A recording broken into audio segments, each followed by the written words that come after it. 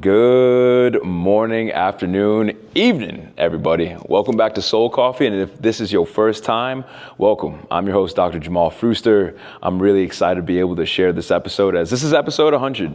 I was in transition after this episode. I was like, you know what? This is going to be episode 100, as life's quite literally been an accumulation. And I just had a good conversation with one of my best friends here in Tucson. And it was a really potent conversation for my people post grand opening, as I opened up my practice, Al Masana Chiropractic Studio. My great friend Becky's here recording everything for us as well too. And this just feels really good to just celebrate this episode with y'all, as life's been an accumulation. It's been I feel like we shared some of my favorite concepts and frameworks that really help and have helped us and have helped me in my life. But I just want to just say thank you so much for being here. If this is your first time or you're a new practice member, welcome. This is quite literally my life's best work at this point, and I'm so honored to have you.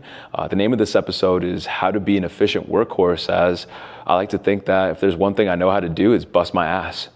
Straight up, as I know so many providers do, as this is Soul Coffee, the #1 podcast for the exhausted provider.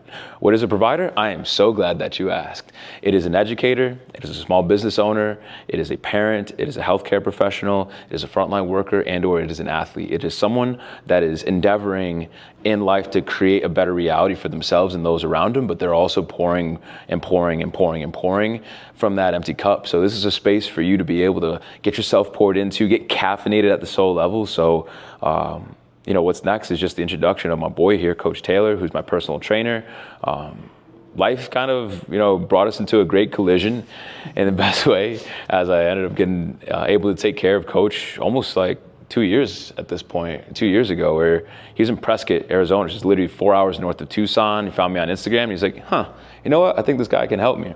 And we had a quick conversation in the DMs, and he was experiencing some severe low back pain, severe low back pain. This man's an athlete. I call him Sasquatch.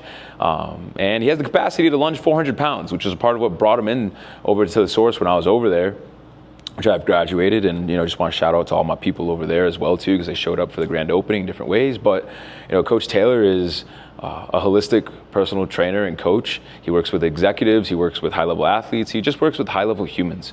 And if there's one thing that this man's really good at, it's the art and the study of humanics, as he and I both study similar concepts in life, philosophy in life, nervous system regulation, and understanding the different holistic pieces that go into it and what that even means from a biopsychosocial lens, and having practical applications, as we're also similar in age and similar aspects in our careers and getting things going. So he's been an absolute ally, an absolute asset for me in my life in so many different ways. So to bring him on into a flow, which we were just doing a workshop at Al Masana, it just felt right to turn this into the next episode. So strap in, the next hour is going to be quality endeavor and journey, and just exploring the different components to how to be a more efficient workhorse in your life and all that means. So please give him a follow later on, and we'll share all the things later on. But without any further ado, please welcome to the podcast, Coach Taylor.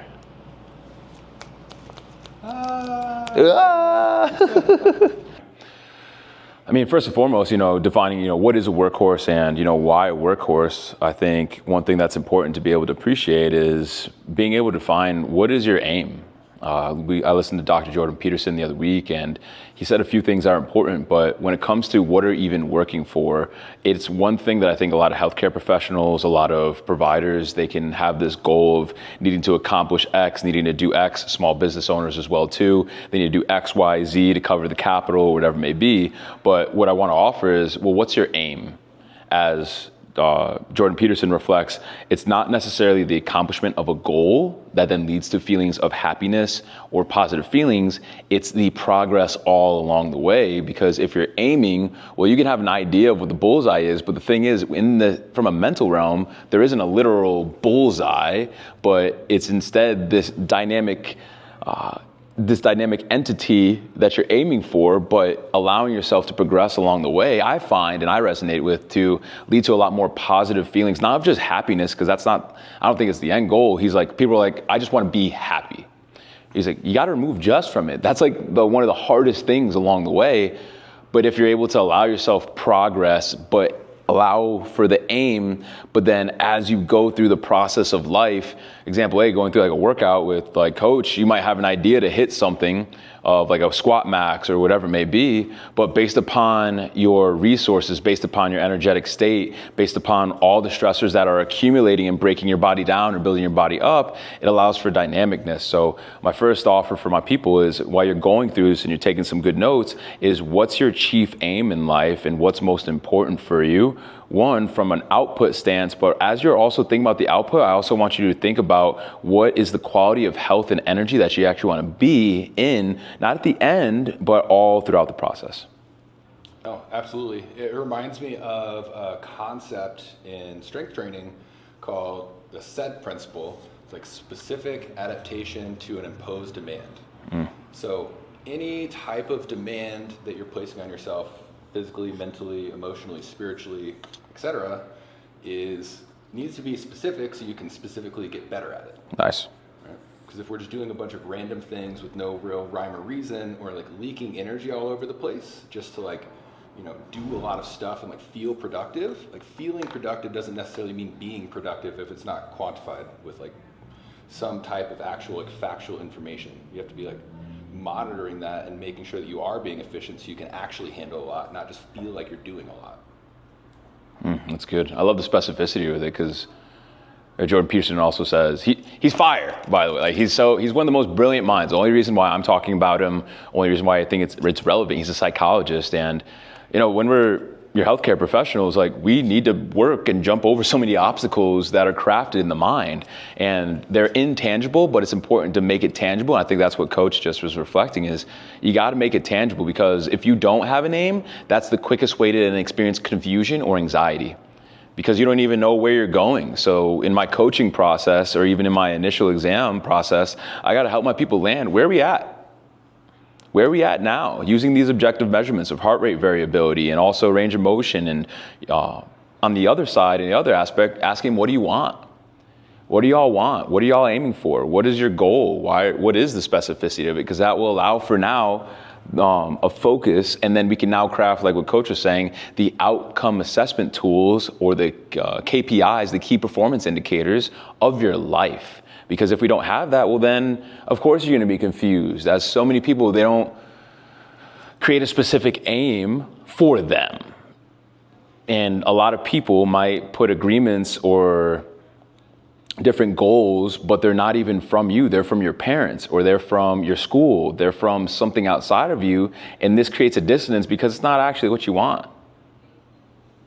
No, that makes a lot of sense. It's a very common thing that I run up against. My tools might be some similar, looking at, heart rate, blood pressure, heart rate variability, but also looking at things like blood work and like comprehensive stool tests and things that are going to give us objective measures of where you're at from a health perspective are very important, because you could say want to lose X amount of body fat or build X amount of muscle or whatever it may be. But if your body's fighting against you and doesn't want that to happen, we have to clear that up first, right? So our body is this really interesting interconnected web of systems, and if they're not all functioning together ideally, we don't get the responses we want, and then we get frustrated, we get confused. But it's really like a user error problem, because we didn't set the foundations in place to be successful in the first place. Oh, that's so good. Yeah, it's so good. The organ systems aren't working as they need to, and or we're not even aware of them and how they already are. You can't just perceive them. You can't be like, oh, my liver's not functioning well. It's like, you're not going to feel that. Yeah, I think that's important. In defining what is a workhorse, it's you. I imagine if you're watching this video, because you're endeavoring for more. But what's an efficient workhorse? As like we were just saying, not to be redundant, but efficiency in work output. A quick story is that I was doing a front squat like 2 months ago, or maybe at this point 6 weeks ago, and Coach was like, he was giving me a cue, and he was like, force goes down. I was like, yeah, I get that. Force goes down. Because if I wasn't translating all of my weight through that certain aspect in my foot, well, now it's leaking. Then I was seeing my knee or my hip or in my back, the compensation versus just driving all my, what is force? It's energy. Driving all the energy through my foot to get that desired output. So a lot of people who are workhorses, they may not have a nervous system awareness, let alone all the other energetic pathways that coach challenges in the gym, because at the end of the day, you need to do something and put a stimulus into your body. But if you're not adapting to that stimulus and you're just getting crushed by that stimulus, because a lot of the people that we see, they're overwhelmed. They're doing too much. Or they're not putting in the right amount of stimulus at the right time. And this is what leads to burnout. What is burnout? It's an exhausted state in the nervous system, and now your nervous system's depleted, but that's important because it's the main thing that's driving your life. So if your nervous system's depleted, a lot of the times now the signs and symptoms physically and mentally start to come up. The anxiety, the depression, the ruminating thoughts, the inability to sleep, the physical aspects, your low back, your migraine, your headaches. If this happens over time, and now we're starting to experience fibromyalgia, lupus, these different systemic issues, but it's coming from the cause, which is a depleted nervous system continuously being pushed, worked, and squeezed, but maybe you already squeezed majority of the juice, yet you want more lemonade. Absolutely, yeah. And I think efficiency is somewhat ambiguous. Yes. But I think it's very important to note that, like, at least in my mind, efficiency, a big piece of that is the elimination of excess noise. Whether that's excess thoughts that actually aren't productive, or, getting rid of like random things that you don't actually need to be doing. Maybe that's delegating certain tasks. Maybe that's, going to the gym and becoming more aerobically fit so that you can, produce more energy more effectively, or whatever it may be. You kind of have to figure out what the things are that are holding you specifically back, because those are the area where there's the most upside for opportunity.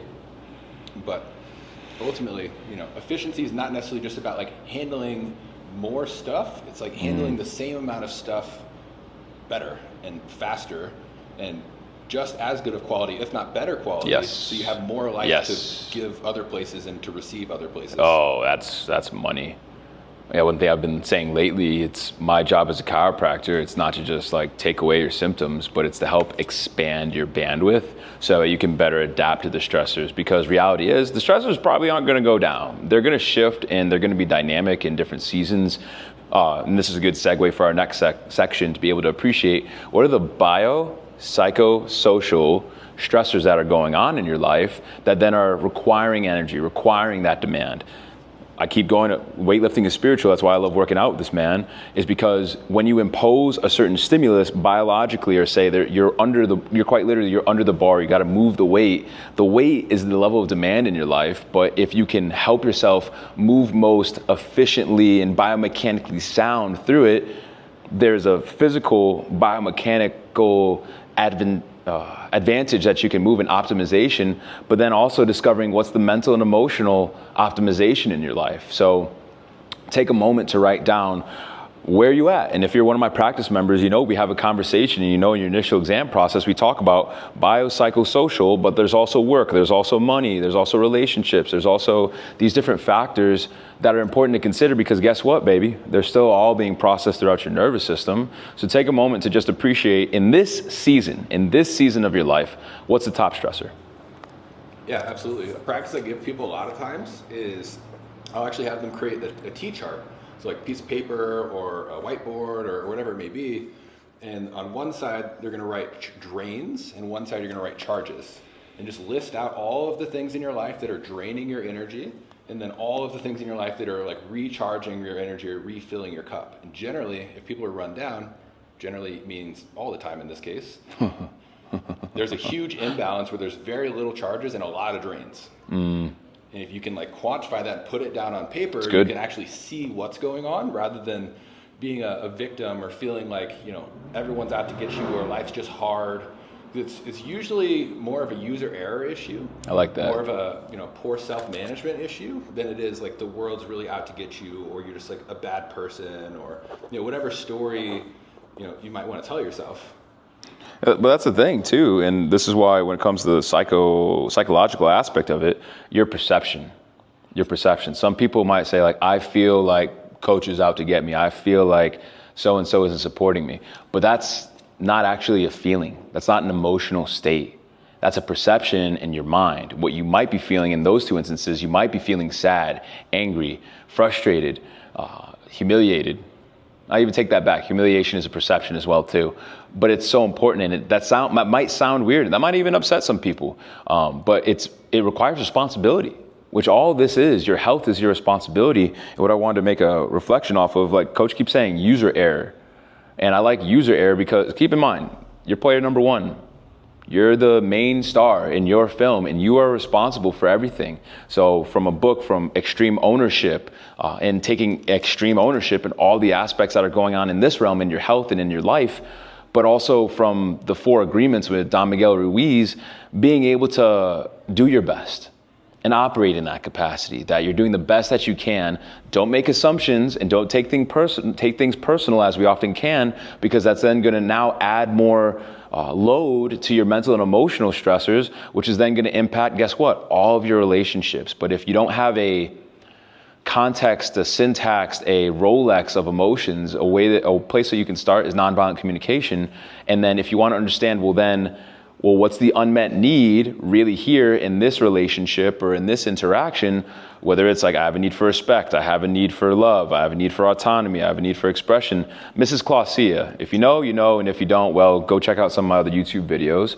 But you can be able to go through the unmet need, make a request for that need to get met, and then be able to go off the emotions off of that capacity, because now you understand that these emotions are signposts, no accidents, which then can layer into and reinforce, well, what's the story now that I'm experiencing? The world's out to get me. No one's on my side. This is really hard. God doesn't like me. Whatever it may be. No, absolutely. Yeah, and I was just thinking about this last night. And it was interesting because I was thinking about like the biopsychosocial model, and like, let's say someone is eating genuinely well and they're taking care of themselves physically, and they have, you know, a great mental space, and, you know, they have a great community. Those don't ever tend to be stressed out people that are overwhelmed. Like I just don't ever see that. When all those boxes are being checked and like someone really has like all of those aspects covered and it feels like cohesive, like you can handle a lot more because you do feel much more supported. Like you trust yourself, you trust the people around you, you just have this like ultimate belief that things are just going to work out. As you're talking, it's like the more, because keep in mind your needs is, I have a need for sustenance. He would say, I have a need for sustenance as I'm putting effort to put on more weight, you know what I'm saying? But it's not that your need isn't getting met or not get, it's to what degree is it getting met. The more that your needs can get met, we'll just start from a biological, then a psychological, then from a communal level versus actualization. Just picture Maslow's hierarchy of needs. You're gonna have, I imagine, more energy. And you're also, keep in mind too, this is from Dr. Caroline Leaf, Cleaning Up Your Mental Mess. A lot of people, what does success look like, or how I know I'm successful? She reflects that success biologically is the ability to come back to center and come back to a state of peace. When you're able to do that, you're operating now in a parasympathetic neurology versus fight or flight, or fawn, or freeze. And this is important because when you can get there, now you have a higher probability in which you can experience, I'll just say peace and just more energy, because now your need for recuperation is getting met, your need for movement's getting met, your need for sustenance is getting met, your need for mindfulness or presence is getting met. So I just want to invite y'all to do your homework and be able to appreciate, and if you need resources, holler at either of us, to start to have some availability in this, because right now we're just trying to break down a roadmap for life for you, so that way you can once more maximize your output with your chief aim, but being able to process life, because life isn't this flat thing. It is going to require you to be able to navigate the waves and surf them bad boys.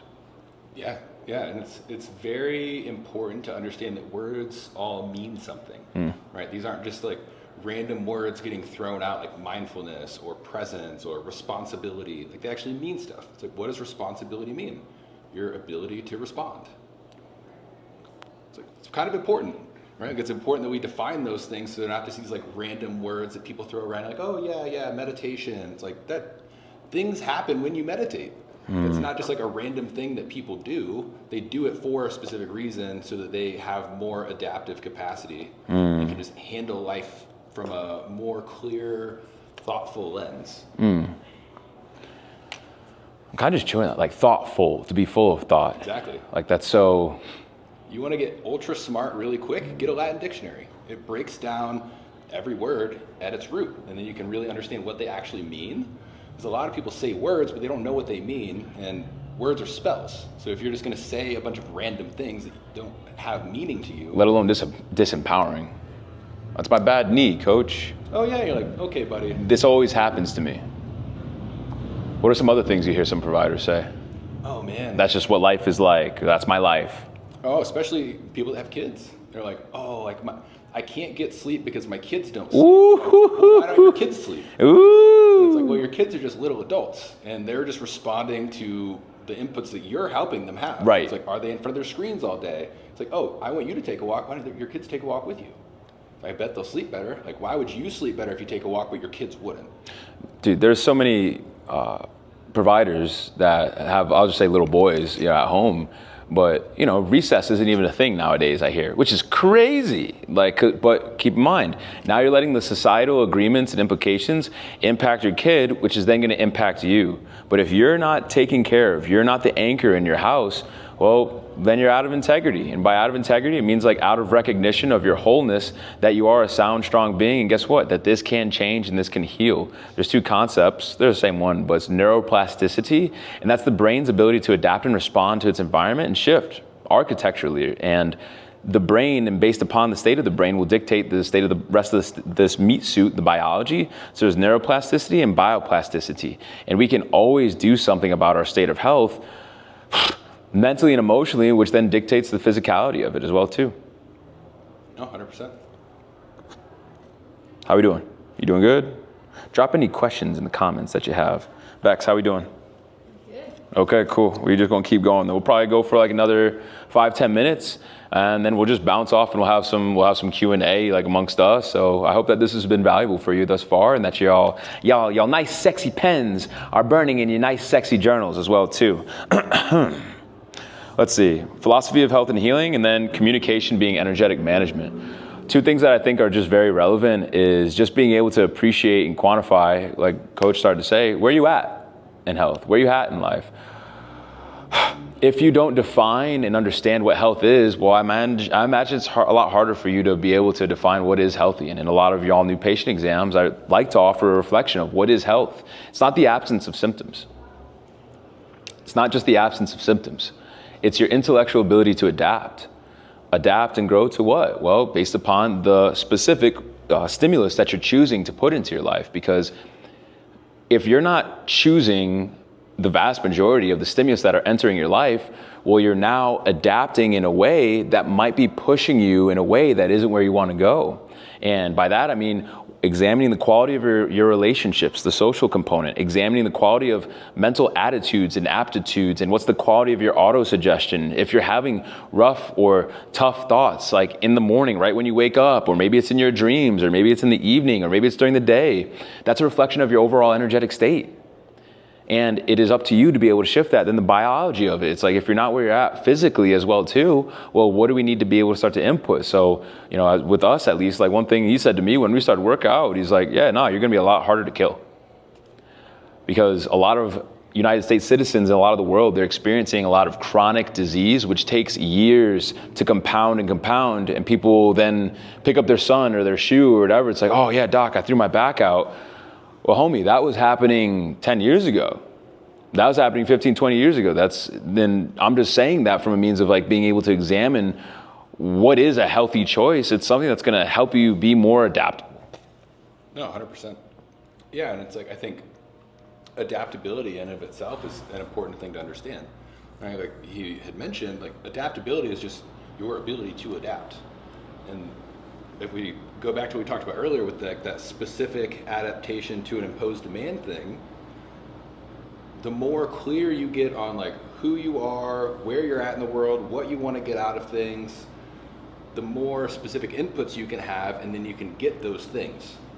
But if you are just throwing stuff at the wall and like hoping something sticks, it's not going to work out very well, right? It gets really messy, there's a lot of noise, and if you want your life to look a particular way and feel a particular way, which I think we all do, even if we don't necessarily like have specific definitions on that yet, it's really important that we figure that out so that we can be specific and move towards something, or at least appreciate where we're at. It's like, be cool there. That last piece, like some people may, I don't want to do a gratitude practice. That's some woo spiritual shit. Well, yes, and first of all, you're a spiritual being having a human experience. This matter, aka this body, it will die someday. It will erode away someday. And what I want to offer is that you're not your body. You're also not your emotions. So what are you? You're the conscious user and observer of it all, as the signs and symptoms are giving you information. I think everything in this world humbly is information or energy. And based upon where you're at and how you're intaking things, it's important to be able to appreciate what's the quality of information. Information, Asian is state of, inform, being quite literally inform. So are you dealing with, are you aware of all of the information that is going on within you, but then also are you creating filters? Are creating filters so that way you can also choose and discern what information you want to put into your body? Because if you don't end up considering that, it's important. One final aspect when it comes to health, as I said this to a number of you as well too, you aren't a victim of your genes. You're not a victim of your genes. Just because mom had breast cancer does not mean you're going to get breast cancer. And that is different to hear, but it's a study called epigenetics by Dr. Bruce Lipton. Amazing, amazing. But the biology of belief is what I recommend for my people, just like an intro to that work. In short, if you are not a victim of your genes, well then you are the byproduct of the quality of your environment and the stressors. A layer beyond that is you're a byproduct of the quality of stressors that are in your life, but even beyond that, like Coach said, it's your response to the stressors. Example, bear comes in. Coach and I are going to have a completely different reaction versus Becky. Becky's probably going to be a cool cucumber while we might be shitting our pants. Of course, obviously. But if we're extrapolating that bear example to your kid having a meltdown, notice the difference between how you respond, not react, because we're looking to build responsibility, versus your partner. Is there a difference? Same stimulus, two totally different realities and perceptions, which is then, guess what? Your brain is now telling all of the 30 to 70 trillion cells, trillion, that's like 12 zeros, 12, it's a lot. In that capacity, that's a powerful and empowering thing for me, because now you can remove yourself from stimuli and environments that aren't suiting you anymore. And then when you replace or you remove yourself from a stimulus, it's important to choose, well, what's gonna go in its place? No, 100%. I think it's really important to note too, this doesn't all have to be like mental. You could very well literally just go outside and spend more time in the sun, like having mitochondria that work better, or just receiving free information from the world around you that guides the way that your biology works without you ever having to think about it. You just like happen to be in a better mood and happen to have more energy and like happen to have better gut health and hormonal health, better sleep, just by proxy of being in the right environment. Because the environment you're in matters a lot. I would say, in my opinion, it matters the most. Right, so that would be even like the community aspect. Like in my mind, that would be more of like an environmental aspect versus like the thoughts going on in your head. But if you're the average of the 5 people you spend time with, or the most time with, 1, 2. It's like, well, you know, then your community is potentially the most formative thing that there is. Good word.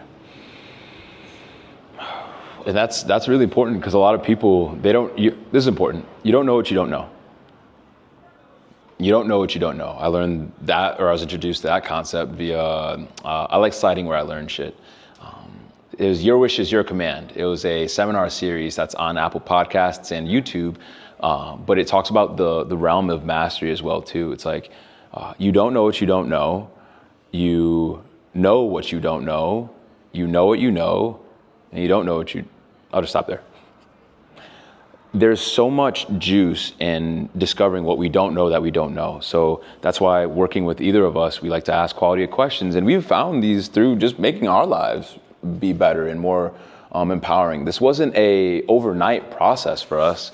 This has been well over, for both of us, decades of discovery, questioning, discernment, having amazing mentors. Like, dude, I studied from the best in the world, from chiropractic, one, but also health. And he has amazing mentors as well too. So you're not just getting the combination and expertise and application of what we've done in our professions combined over the last decade, but there's a legacy, there's a history, there's principles that we've studied, and principles are important because if you're not living a principled life, something outside of you is always going to almost like dictate what you do, versus if you have axioms or you study things that are just forever. Like example A, getting good sun, vitamin D, and everything that it activates in the human biology. Like it's just what it is.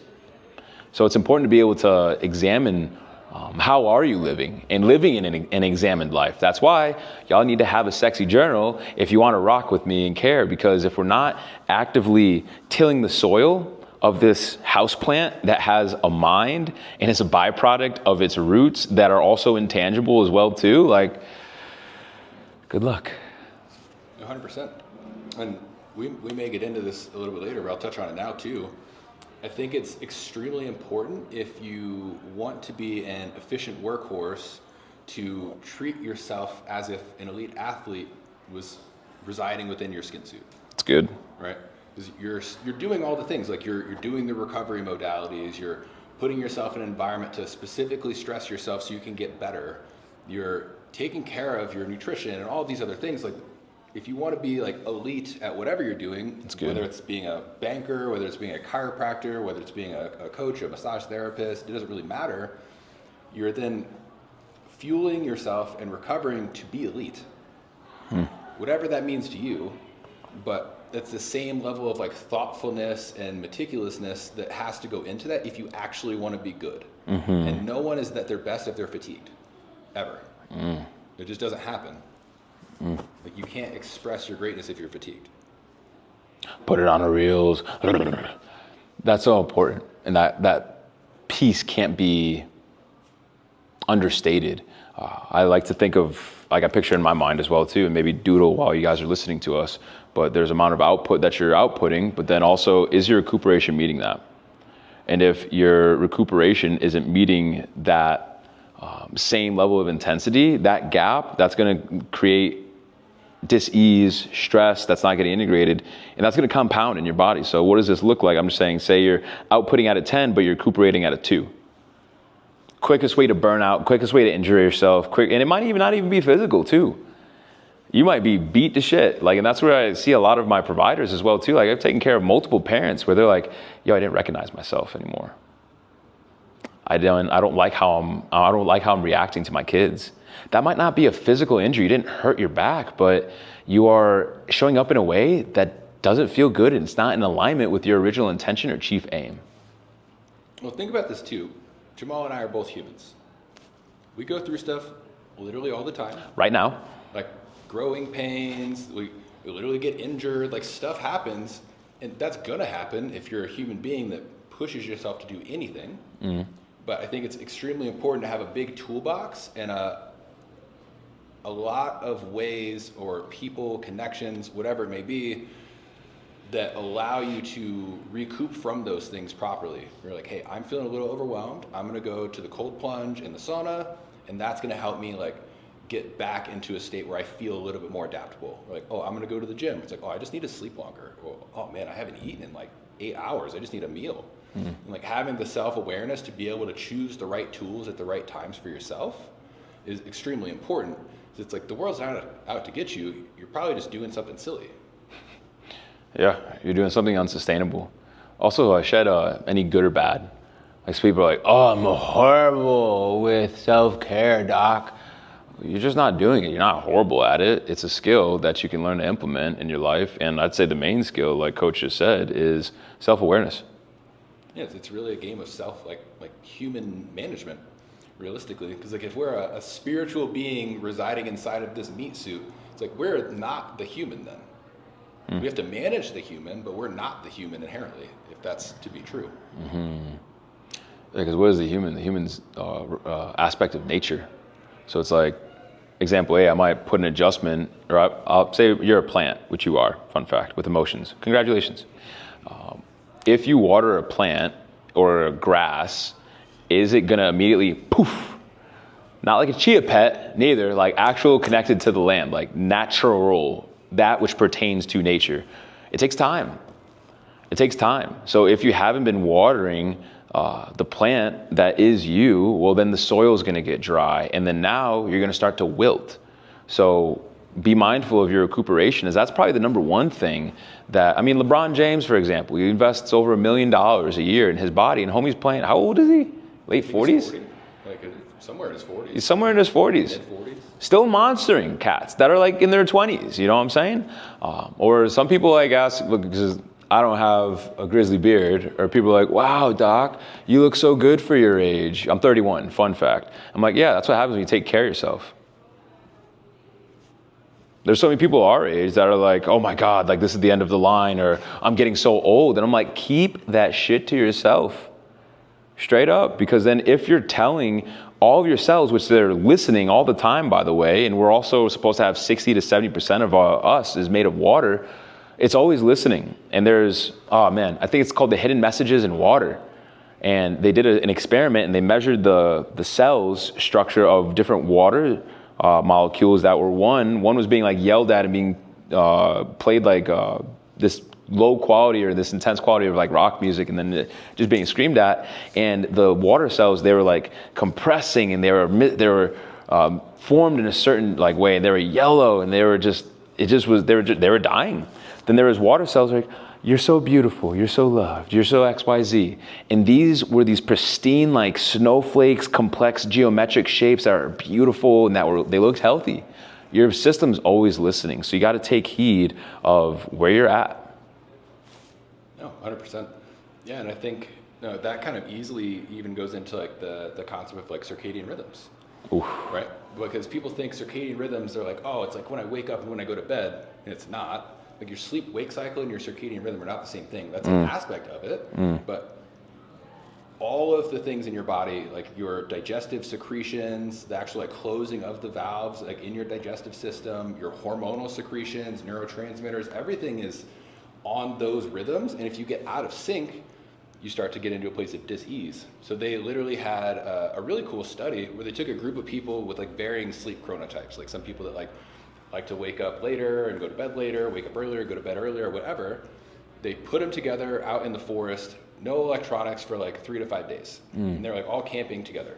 Within that 3 to 5 day span, every single one of them was like waking up with the sun, going to bed when the moon came up. Like that tells us like we're not all different from each other. A lot of times we think that we are. We're like this special snowflake. And in certain ways we are, but in a lot of ways we're not. Like we're really basic, and humans are kind of dumb. Like to think that we're that advanced is crazy. Like there's way more advanced structures in the world. Like we're just information suits. Not to say that like, humans aren't cool, because they are, but I mean, there's a lot of stuff that we couldn't even comprehend that's happening on the outside world that we like could even try to like logically think about, but somehow when you connect with nature more, and when you eat high quality foods and spend time with high quality people and exercise your body, you just happen to be healthy. Like, do we know why? Some sort of, but we're always finding out new stuff. Like, we don't know everything. Nobody knows everything. There's new studies all the time. Studies have limitations. Studies also cost a hell of money. A lot of money. Like and they're usually done on unhealthy populations. Ooh. And it's like, well, show me a study on healthy people. It doesn't happen. So it's like no one really knows what's happening, but success leaves clues. That's all. We're detectives.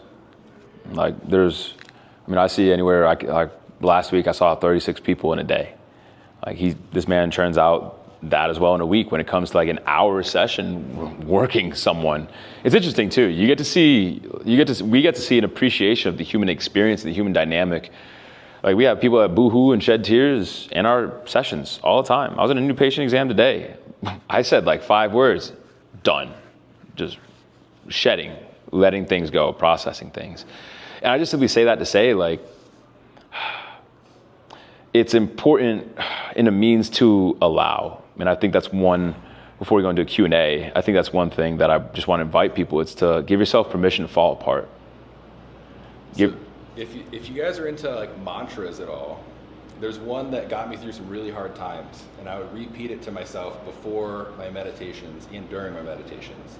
Is that I am at peace, I fully trust, I fully allow. Just like repeating that, just convincing myself that like I am at peace. I do fully trust what's happening, and I'm allowing it to happen. Because like, who are we to think that we can fight against, like, going against the grain's not really a great idea most of the time. Like sometimes it is, but a lot of times if we're like resisting really hard, that's just the ego. The ego's resisting change. It's not really going to move us in the direction we want to move a lot of the time. The ego is the separate self, by the way, in case you don't know, like, what does that mean? It's separate self. Like, I have an ego quite necessarily, because if I didn't have an ego, I would try to fuse with him, or something, you know what I mean? Like, it's necessary to have like a finite, like, this is where I end and this is where another entity begins. Yet at the same time, we're all coming from the same source. In that, right, a mantra, it helps you keep your focus. It helps you keep your focus. Helps you remember, it helps you keep your focus. I even think of like membrane, like you remember, as it builds, like I said, I'll just keep coming back to focus, but in any of this capacity, in this talk, maybe be able to just feel encouraged to be able to embrace life, not run away from life. I gave this example just because it came up recently and I love it. The buffalo is the only animal on the prairie that when a storm is coming, the buffaloes actually turn to it and they charge into it. They face it. For me, that they embrace that, and that's me for life. Whether it's the mental and emotional shit that we're going to go through, having a tough conversation that challenges our nervous systems with our family members or our loved ones, or the physical demands. Like, you need to be working on your cardio. You need to be able to start taking care of your digestive system. You need to do these different things. But when we don't have a map, or when we don't even understand like how intense, it can be very daunting and very overwhelming, and then that results in our nervous system shutting down. But what I want to encourage, and what we want to encourage y'all, is that you can do hard things. You can do hard things, and a lot of y'all you're doing hard things. But like Coach said earlier, you can choose your hard. I find it to be harder to not embrace life and run away from it and delay what I'm supposed to be doing versus just leaning the fuck into what it is that I know that I need to be doing. And we know we need to be doing a lot of the time because we have a conscious within us that's that little voice that we're either honoring or we're not. But it's probably harder to not honor the voice and do the things that you're not supposed to be doing versus just leaning into what you are supposed to be doing. No, absolutely.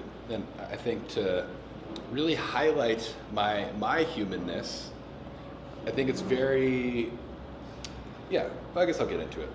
So I was talking to my partner recently, and I thought that it was interesting because she had brought forth some things that are some areas for improvement for me, like within our relationship, within just like how I navigate the world. And I think it's important to note that there's never a finished product.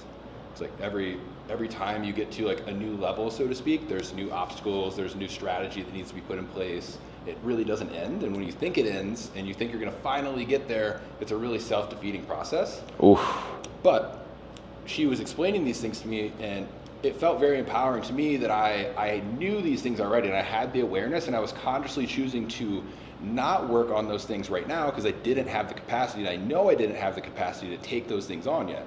You don't have to try to solve every single problem all at once, or be like, okay, I've got like 50 million things I need to fix about myself. It's like, realistically, you don't.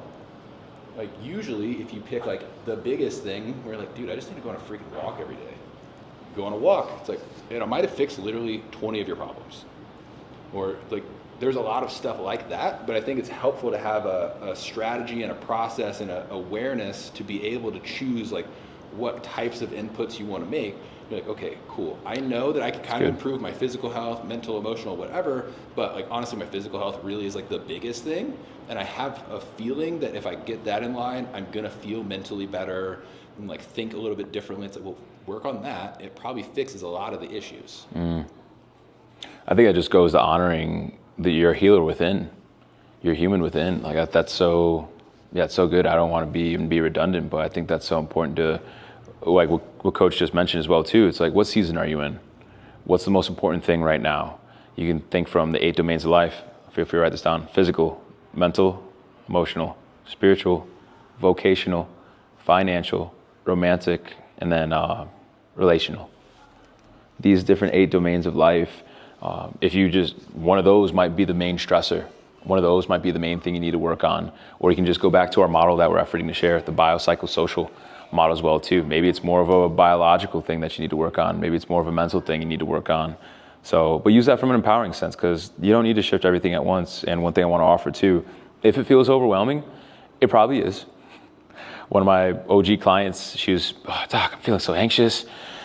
There's so much to do. So I was like, go home and go write down a list of all the things that you're responsible for that you need to consider in a day. She came back, it was like over 120 things. 120 things. She's a mom as well too. Of course you're overwhelmed. But like Coach said, what's the priority right now? What's the focus right now? What's most important? What's gonna drive the most change right now? And another layer for you, how can I make this exciting, fun, and easy? Yeah, and let there be a gradual building process that like let the momentum build for you. So it's much harder to start the process over every time you try to take on too much and fail than it is to pick a thing and then stack another thing on, and then you actually build momentum to where like you're really not even efforting. It's just kind of happening by proxy of the way you set your life up. Because it's now non-conscious, which means it's automatic because it took conscious effort to get in, but now that you're already in motion, now that you're already momentum, now that you're already doing it, you're in a way better space. And what is that? That is efficiency. That is adaptation. I mean, it's like physics. It's an object in motion stays in motion. Mm-hmm. Physics is kind of irrefutable. Kind of. I'm debating if I want to go into quantum physics, but I don't. So I want to take a moment just for y'all to have a breath, maybe drink some water, because water's great. I'm probably going to drink some water myself. That was a lovely thought. Yeah, and then we'll close things out in like the next 5 to 10. I believe that covers majority of what we wanted to. Bex, you have any thoughts or questions? Okay, take your time. You have water? I think I do. Let's find out. That's one thing. Ooh, that'd be great. Wow, helping my needs get met. Look at that. Oh, happens every time somehow. Becky, yeah, I got a question for you. Yeah. I'm gonna sit down too. Oh, because that feels nice. When it comes to, I mean, Becky trains horses, massages them, rides them, like does the damn thing. When it comes to some of your best horses, what do you find to be very important for them to perform at their best? Just allowing them the space to figure it out. Like a lot of times, like I get a lot of compliments on, like a lot of things you guys are saying is relating to what I do with the horses. Like the whole,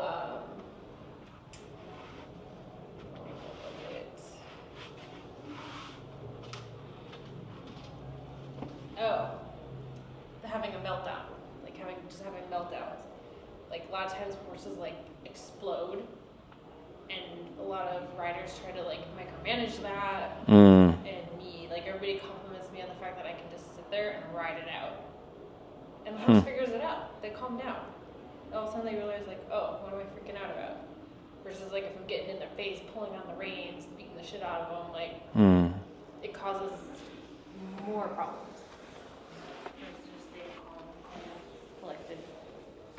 That's good. If for whatever reason you can't hear her, she was reflecting one of the most important things is to let the horse figure it out. Giving the space to letting them figure out. I hear that, I hear let them fail, I hear let them express authentically. I feel like those two things alone, like that's a whole workshop in itself. Like how does one get okay with failing, or how does one let go of expectations, or how does one just allow yourself to authentically express as well too? Oh, yeah. Yeah, it's like horses they're not out to get you. They're not vicious animals. Like if they're expressing something, there's a reason. Like if your horse is constantly kicking out at you, well, maybe it's in pain. They're always trying to tell you something. It's can you slow down enough to listen? Oof. Yeah, I mean, I literally had that with Samia today. Like, one of my clients at the gym, I thought it was really, really interesting because I gave her a new cue for her leg extensions and her RDLs, and she was like, I feel these so much more. Why didn't we use these cues before? And I was like, well, you wouldn't have been able to receive all that information at the start, first off, and second off, like, I had to just kind of let you figure it out and like figure out like how to actually like do these movements on your own, like what feels good, the positioning, and then we can add cues to that. But there's this whole concept of like self-organization. You just like literally need to let people figure out things and like fail on their own, and like that's part of the learning process. Like it should be messy. Like, if you keep people from failing, that's worse, because you don't ever let them figure it out on their own, and they become reliant on, you as a practitioner, as a healer, versus like you kind of holding the fence line for them to heal themselves. Yeah, and I'll apply that to any provider, whether you're a coach, you're an educator, you're a teacher, you're a healthcare professional, you're a frontline worker. I know with frontline workers, there's more intense stimuli, and you have to let the blood, like you have to stop the blood from, or you have to stop someone from bleeding out. But let that be an invitation for you, like, and talk about you, like we're talking to you, for you to give yourself the capacity to figure it out, to fail, to just express yourself, to, like, one lesson that's been big and just getting the space, nice and open, was let go of expectations or get crushed by them. Let go of the expectations or get crushed by them. Because I had a certain idea, and I had an idea what things were to look like, and this needed to happen, and reality was it just didn't. It wasn't necessary, and still had an amazing outcome, better than I could even imagined. And that's just what I want to plant a seed for as well too. As you allow yourself to fail, as you allow yourself to express, what if it was possible that things could be more beautiful than you would even imagine? Usually they are. Yeah, usually when we have a pathway in mind that we're like really trying to like stay on and go down and don't allow the path to divert at all, we kind of run into more issues, because there's a natural flow to things, and there is going to be different obstacles that come up just seemingly randomly that are actually what's kind of meant for us. And if we ignore those and try to stay on this like strict path, like I need to do X, Y, Z thing because this is what's always worked, that's the same thing with like professional athletes. What stops them from getting better, because they always do the thing that helped get them there, but the thing that got you somewhere isn't what's going to help you get to the next place. We call that progress. 100%. Yeah, we have to like be adaptable enough that we can start to choose a different path even when we've already had initial success on the first one. I think that's where discernment comes in as well too. One book that I find to be very important as a CEO, as an entrepreneur, as a provider, it's called Taking the Big Leap. And I'll make some sexy notes on this if you want. Feel free to let me know. But essentially, it was made by a psychologist, and he's now a coach, and he works with a lot of high-level individuals, 7, 8, 9-figure company CEOs, healthcare professionals, and he found that a lot of people, after they took a big leap, they would take a big shit on themselves, and they would shoot themselves in the foot, or they would break their integrity, they would cheat on their wife, they would X, Y, Z.